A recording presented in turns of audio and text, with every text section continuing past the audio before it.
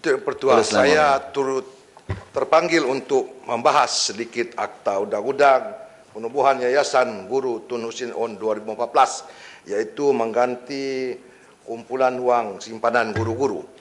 Saya melihat, tapi sebelum itu Pertua, saya ingin menyinggung sedikit hujarakan saya daripada Batu Kawan yang telah menyindir.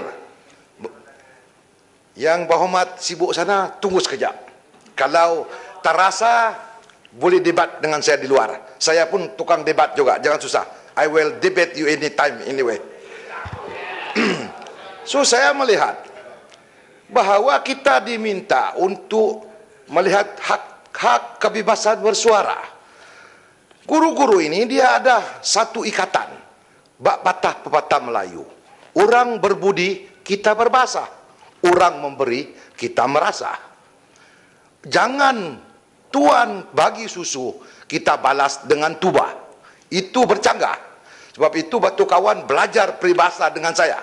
Saya ini pasti dalam peribahasa. Kalau kita ingin menyinggung, singgung dengan perlahan-lahan. Sebab saya melihat guru-guru harus berpegang kepada ikatan itu. Ya, Batu Kawan bangun.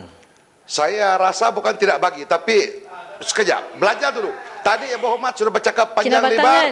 Dengar saya pula bercakap. Ini isu hak bersuara, ya, bukan isu membalas pantun. Dengar saya dulu berhujah, baru boleh cakap. Kalau tak dengar, tak boleh lah. The crux of the issue is your freedom of speech, freedom of thought and freedom of action. Learn to be a good listener. Please, quiet. Sit down. This is my floor. You sit down. You have no right. You cannot ask me to sit down, Kinabatangan. Only the speaker can ask me to sit down. You have no right to ask me to sit down. Kita harus lihat di seluruh dunia, di serata antero dunia, mana ada kerajaan memberi kebenaran kepada suku, bangsa, bahasa dalam sekolah mereka. Tidak ada. Di Thailand, bahasa Thailand. Di Indonesia, bahasa Indonesia. Di Filipina, bahasa Filipina. Di Malaysia, kerajaan barisan nasional bagi kebenaran sekolah jenis kebangsaan. India dan China dibagi kebenaran sahaja, tetapi harus menghormati sekolah kebangsaan. Ini dia. Apabila ada menghormati Kinabatangan, this is a right to your mother tongue. This is your right to your mother tongue. Bangsa lain, your own right to mother tongue. It's not a favor from the Barisan Nasional Government. It's your right to your mother tongue. Apabila kita menghormati perlembagaan, kita tahu diri kita. Cuba pergi China. Pergi negara cara sendiri. Kalau macam ini pergi negara China tak pakai pun. Tak laku. Pergi Singapura. Boleh, tak boleh. Tapi di Malaysia, kerajaan barisan nasional korban bagi kebenaran sekolah jenis kebangsaan, mengajar etnik bahasa masing-masing.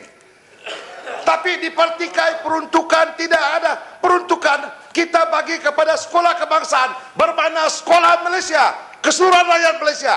Kalau kita tahu kita rakyat Malaysia, pergilah sekolah kebangsaan. Pergi Thailand coba, yang ada pistol menunggu. Kinabatangan jawab untuk Menteri Pendidikan ke? Kinabatangan jawab untuk Menteri Pendidikan. Habis kena bunuh. Kenapa Kinabatangan cakap tak cukup dana? Menteri Pendidikan lah kena jawab, bukan Kinabatangan yang jawab. Cukup dana untuk sekolah kebangsaan. Habis tu sekolah jenis kebangsaan tak cukup dana. Saya diam. Mana konsep satu Malaysia? Apa ini? Mana konsep satu Malaysia? Minta laluan. Apa ini? Ya. Saya minta laluan. Balik kawasan lah. Ya, Batu Gajah bangun. Saya belum lagi habis. Ya. Bagi-bagi laluan sekejap. Saya mau kasih penjelasan supaya mereka faham. Ini berkaitan dengan sekolah vernacular. Boleh saya minta penjelasan? Berhormat ada masa yang Berhormat cakap. Saya mau cakap. Tadi yang Berhormat kata berani berdebat. Sekarang tak berani pula. Kamu di luar. Bukan dalam dewan ini. Kalau berani berdebat dalam dewan, sekarang kita berdebat. Jangan di luar. Sekarang duduklah ini forum dia. Kalau nak debat kita berdebat di sini. Saya nak pesan dengan menteri yang ada. Saya mau menteri dengar bahawa di Malaysia sahaja kerajaan membenarkan pengamal sekolah jenis kebangsaan. Kita harus syukuri nikmat ini. Jangan pertikai nikmat ini.